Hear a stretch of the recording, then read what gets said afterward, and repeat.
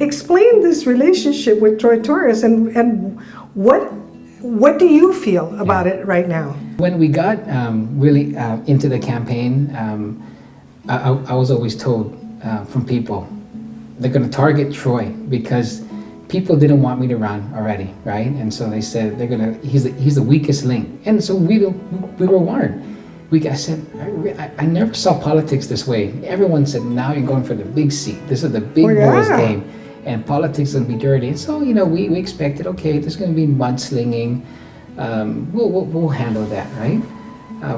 We always said the truth will always prevail. You speak the truth. Never did we expect something like this to happen, and Troy being really targeted as it appears it's happening now.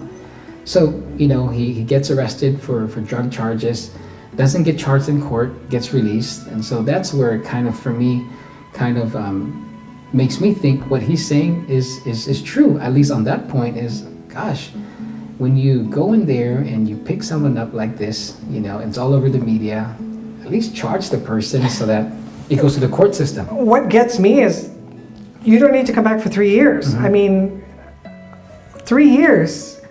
Somebody could be dead in 3 years. Why? I mean, that's an issue alone for me, is that the courts are so behind that they can't process Troy. I mean, he deserves to be, treated and charged or treated and released and clear his name. But this is associated you now. I mean, so who are they targeting, Troy or you? Well, I know one thing about me. I hate seeing the bad in people. It's very hard for me to see the bad in people, right? But the way it appears now is that, were they really targeting me? Were they really trying to just cripple my campaign? Because they knew a lot of the good work that we've done in the campaign to where we're at today, Troy was involved. When we first came out on what our issues and what we're going to fight for if elected to into Adelup, is public corruption. I even told him sometimes during the campaign, Troy, you gotta tone it down. I said, but he says it's true. There's a lot of things that need to be corrected in government, but he never told me any details. He never talked bad about anybody. Tone it down. Yeah, because you wanted to raise the bar. But people now are saying it's rhetoric. They said this is not the Dennis Rodriguez we know. This is not the nice senator we know. And we hear people saying. And the hospital, when I went after the hospital, I introduced this investigative committee resolution. I got good people like Dr. Lazama, coming out and saying, well, the young senator, this is a change in tone. We've never seen him like this. What's going on with him, right? Shame on you, Senator. Yeah, absolutely. And so those were the things. Don't you see that as a way to control things? Absolutely. And so, going back and looking back, Troy was the architect of us ensuring if we do get into Adelup, there's things we got to correct, the wrongdoings that have been happening, right?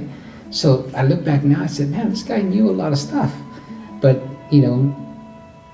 never said one word of why. He didn't finger anybody. He didn't finger anybody. He never talked bad about anybody. But he told you what you needed to pay attention Absolutely. to. He says is fighting public corruption and ensuring there's justice for the people that are down on their feet. Which he is now. And that's why I say, gosh, things are just coming full circle. It's pretty surreal, actually. I don't know Troy Torres personally, but, as you said, I was at K57 at the time when a lot of this political, with Carl Gutierrez, Joe Ada, the whole Republican realm control, and then the switch to the Democrats. There's been a lot of stake in controlling politics on Guam. So there is obviously in that framework going to be some corruption because we're imperfect people, right? And corruption, it can be defined in many ways. It's not just money. It doesn't involve just money. It's anything. Favoritism is part of corruption. If you have a government agency that's not providing services, it's corruption. But that's not what Troy's talking about here. Troy's talking about serious attacks on people or profiling and going and preventing them from, from having jobs and destroying their character. And if that's true, if it's really that bad, how do you think you're going to survive that? We are. We're going to survive because, How? I have faith. I have faith in our people. I have faith in God that, all of this is, it's planned. All of these things are part of God's plan, right? And that He uses people to be able to address these things. And I've always known that nothing you work for that's good is going to be easy. So I'm going to expect. I'm going to expect these things to happen. Me being dragged into this now. They say, well, how can you be associated with the guy that was arrested for drugs? Well, why not? I'm Dennis Rodriguez, and I approve this message.